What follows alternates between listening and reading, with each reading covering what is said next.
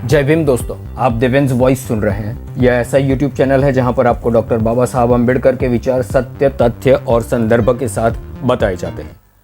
आज बात करते हैं डॉक्टर बाबा साहब अम्बेडकर के जीवन के उस दिन की, जिस दिन की सबसे ज़्यादा चर्चा होती है, जिसे हम संकल्प दिवस के नाम से जानते हैं।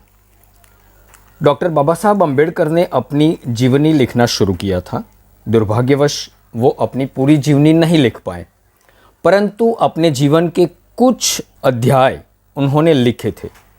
और उन कुछ अध्यायों में से एक अध्याय यह भी था जब डॉक्टर बाबा साहब अम्बेडकर अपना अध्ययन अमेरिका में पूरा करके भारत वापस आए। भारत वापस आने के बाद उनको बड़ौदा राज्य में अपनी सेवा देनी थी। डॉक्टर बाबा साहब अम्बेडकर बड़ौदा गए और यह जो घटना या दुर्घटना जिसे हम कह सकते हैं वो यहाँ पर घटी। डॉक्टर बाबा साहब अम्बेडकर ने अपनी जीवनी जो लिखना शुरू किया था परंतु पूरा नहीं किया, उसमें इस अध्याय का जो लेखन किया है उसकी बात करते हैं। डॉक्टर बाबा साहब अम्बेडकर लिखते हैं, मेरी कयामत का दिन आ गया। सराय में ठहरने का मेरा 11वां दिन था। मैंने प्रातः का खाना खा लिया था और कपड़े पहन लिए थे और कार्यालय जाने के लिए अपने कमरे से निकलने वाला था। जैसे ही मैं कुछ किताबें पुस्तकालय को लौटाने के लिए उठा रहा था, जो मैंने रात को पढ़ने के लिए पुस्तकालय से ली थी, मुझे ऊपर आते हुए कुछ लोगों की पगध्वनि सुनाई दी। मैंने सोचा कि कुछ पर्यटक ठहरने के लिए आए हैं और इसलिए मैं बाहर देख रहा था कि वो कौन है। तभी मैंने देखा कि 1 दर्जन नाराज दिखाई देने वाले लोग लंबे, तगड़े और अपने हाथों में लाठी उठाए हुए थे, मेरे कमरे की ओर आ रहे थे। मैं समझ गया कि वे साथी पर्यटक नहीं हैं और उन्होंने इसका सबूत तुरंत दे दिया। मैं मेरे कमरे में था।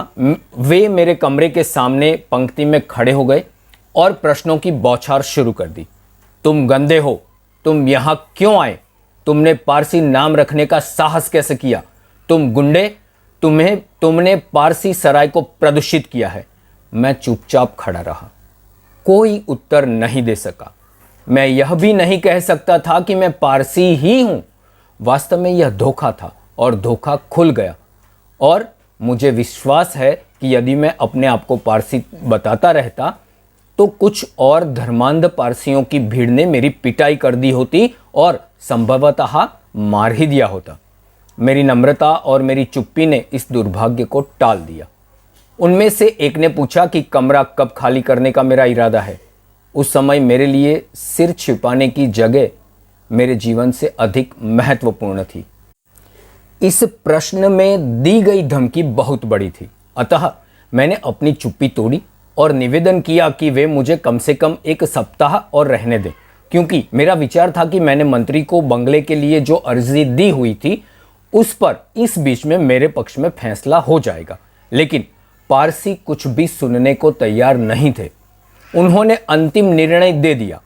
उन्होंने मुझे शाम तक सराय से चले जाने के लिए कह दिया।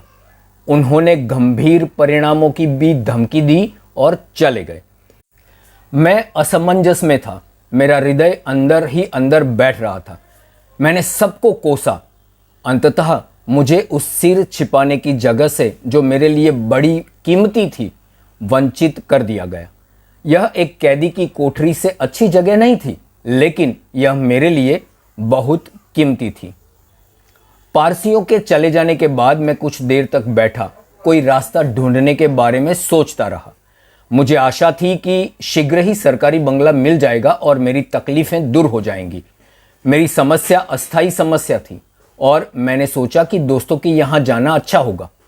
बड़ौदा राज्य के अछूतों से मेरा कोई मित्र नहीं था, लेकिन दूसरे वर्गों में मेरे मित्र थे। एक हिंदू था, दूसरा एक भारतीय ईसाई था। मैं पहले अपने हिंदू मित्र के यहाँ गया और जो कुछ मेरे साथ हुआ सब कह सुनाया। वह अच्छा व्यक्ति था और मेरा व्यक्तिगत मित्र था। वह दुखी और गुस्से में भी था। फिर भी उसने एक विचार रखा। उसने कहा, यदि तुम मेरे घर में आते हो तो मेरे नौकर चले जाएंगे। मैं इशारा समझ गया और मैंने जगह देने के लिए उस पर दबाव नहीं डाला। मैंने भारतीय ईसाई मित्र के पास जाना पसंद नहीं किया। एक बार उसने अपने साथ रहने के लिए आमंत्रित किया था, लेकिन मैंने पारसी सराय में ठहरना अच्छा समझकर मना कर दिया था। मेरा कारण यह था कि उसकी आदतें मेरे अनुकूल नहीं थी। अब वहां जाने का अर्थ दो टूक जवाब सुनना था, इसलिए मैं अपने कार्यालय चला गया। लेकिन मैं ठहरने का स्थान पाने का विचार छोड़ नहीं सका।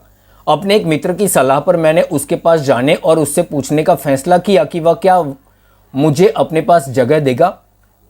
मेरे पूछने पर उसने उत्तर दिया कि कल उसकी पत्नी बड़ौदा आ रही है और वह उसके साथ बात करेगा।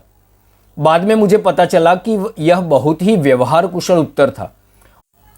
वह और उसकी पत्नी मूल रूप से ऐसे परिवार से आते थे जो जाति के ब्राह्मण थे और ईसाई बनने के बाद पति के विचार तो उदार हो गए थे, लेकिन पत्नी रूढ़िवादी रही और वह एक अछूत को अपने घर में रखने के लिए कभी तैयार नहीं हुई होती। इस प्रकार आशा की अंतिम किरण भी जाती रही। जब मैं अपने भारतीय ईसाई मित्र के घर से चला तो शाम के 4 बजे थे। मेरे सामने सबसे बड़ा प्रश्न था कि कहाँ जाऊं। मुझे सराय अवश्य छोड़नी थी और मेरा ऐसा कोई मित्र नहीं जिसके पास जाता। केवल एक ही रास्ता बचा था कि बंबई चला जाऊं। बंबई के लिए रेल रात को 9 बजे चलती थी। मुझे 5 घंटे बिताने थे, उनको मैं कहाँ बिताऊं? क्या मैं सराय में रह जाऊं? मैं सराय में जाने के लिए हिम्मत नहीं जुटा पा रहा था। मुझे डर था कि कहीं पारसी वहां आकर मुझ पर हमला न कर दें। मैं अपने मित्र के पास नहीं जाना चाहता था। यद्यपि मेरी दशा दयनीय थी, परंतु मैं नहीं चाहता था कि कोई मेरे ऊपर तरस खाए। मैंने कमाठी बाग नामक सार्वजनिक उद्यान में 5 घंटे बिताने का निश्चय किया। यह उद्यान शहर और शिविर से सटा हुआ है। मैंने वहां कुछ समय खाली बैठकर बिताया। मैंने कुछ समय जो कुछ मेरे साथ हुआ उस पर दुख करने में बिताए और कुछ समय जैसे बच्चे असहाय होने पर करते हैं वैसे माँ बाप के बारे में सोचने में बिता दिए। मैं शाम को 8 बजे बगीचे से बाहर आया। एक तांगे में सराय गया। सराय से ऊपर से अपना सामान नीचे ले आया। सराय का रखवाला बाहर आया, लेकिन न मैं और ना ही वह एक दूसरे से कुछ कह सके। उसने महसूस किया कि वह किसी न किसी प्रकार से उसे परेशानी में डालने के लिए जिम्मेदार था। मैंने उसका पैसा चुकाया। उसने चुपचाप ले लिया और चला गया। मैं बड़ी आशा के साथ बड़ौदा गया था। मैंने कई प्रस्ताव छोड़ दिए थे। वह लड़ाई का समय था। भारतीय शिक्षा सेवा में कई स्थान रिक्त थे। मैं लंदन में कई प्रभावशाली व्यक्तियों को जानता था, लेकिन मैं किसी को तलाश नहीं पाया। मैंने सोचा कि मेरा पहला कर्तव्य बड़ौदा में महाराजा को अपनी सेवाएं अर्पित करना है, जिसने मेरी पढ़ाई का खर्च उठाया था। लेकिन मुझे केवल 11 दिन ठहरने के बाद बड़ौदा छोड़ना पड़ा और बंबई वापस आना पड़ा। लाठियों से लैस भीति की तरह मेरे सामने खड़े एक दर्जन पारसी और उनके सामने दया की भीख मांगते हुए मेरे भयभीत खड़े होने का दृश्य 18 वर्ष की लंबी अवधि के पश्चात भी मेरी दृष्टि से विलीन नहीं हुआ है। मुझे अब भी वह दृश्य बड़ी अच्छी तरह याद है और मुझे अब भी जब उसकी याद आती है तो मेरी आंखों में आंसू आ जाते हैं। उस समय मुझे पहली बार मालूम हुआ कि एक व्यक्ति जो एक हिंदू के लिए अछूत है, वह एक पारसी के लिए भी अछूत ही है। डॉक्टर बाबा साहब अंबेडकर ने अपने जीवन को सबसे बड़ा मोड़ देने वाली इस घटना का उल्लेख अपनी जीवनी, जिसको उन्होंने पूरा नहीं लिख पाए, उसमें उल्लेख किया है, जिसका नाम है वेटिंग फॉर वीज़ा। और यह जीवनी आप डॉक्टर बाबा साहब Ambedkar writing and speeches Hindi भाग 25 में पढ़ सकते हैं। आपको अगर हमारा यह वीडियो अच्छा लगा है तो इस वीडियो को लाइक कीजिएगा, शेयर कीजिएगा और हमारी यूट्यूब चैनल देवेंस वॉइस को सब्सक्राइब अवश्य कीजिएगा। धन्यवाद। जय भीम।